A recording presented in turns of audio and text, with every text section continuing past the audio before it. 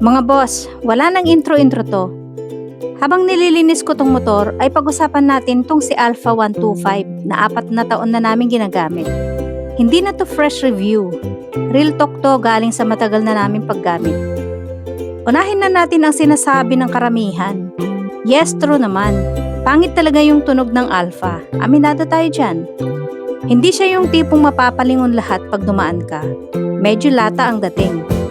Pero dito papasok ang punto, kahit pangit ang tunog, hindi naman nakakaapekto sa performance ng Alpha.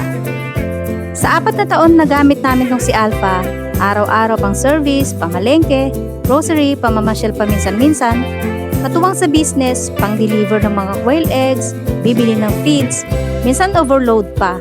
Pero hindi kami itinirik nito. Sa arangkada, sakto lang.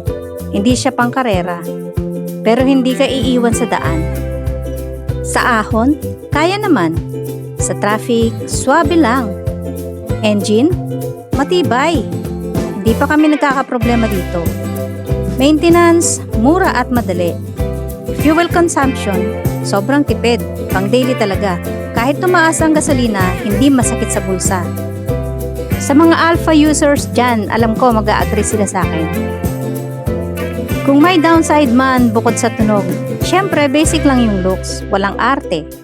Pero kung hanap mo ay reliable na motor, yung tipong susi lang ang problema mo, panalo ang Alpha 125. Hindi naman lahat ng motor kailangang pogi o maangas ang tunog. Minsan, mas importante yung uuwi ka lagi ng walang aberya. 4 na taon na kaming magkasama ni Alpha at masasabi ko na pangit man ang tunog, pero solid sa silbi.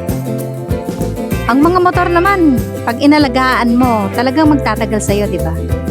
At tingnan nyo, 4 na taon na to, ngayong nalinis ko na siya, nagmukha ulit siyang bago. Dito kasi sa lugar namin talagang napaka-alikabok, kaya dapat laging nililinis din tong motor. Tingnan nyo, ang angas din na tignan, di ba? Yung tangki nito, napaka-okay pa, wala pa siyang mga scratches, pati yung kanyang upuan. Stock pa lahat to.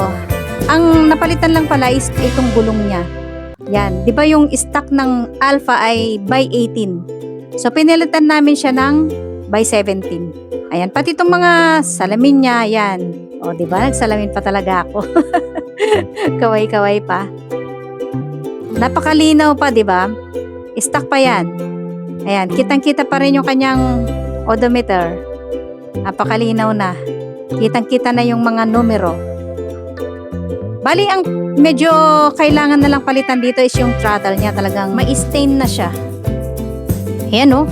Kita nyo naman yung tangke niya, di ba? Wala pang mga gasgas. Tsaka yung kanyang upuan. Ayan. So, yun yung aking review. 4 years ownership review.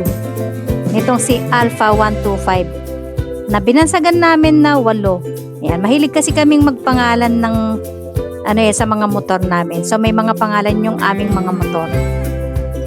Alright mga boss. So sana nakapagbigay naman ako ng idea about sa Alpha 125. Ayan, so kung ikaw yung rider na practical, ang bike na to ay para sa'yo.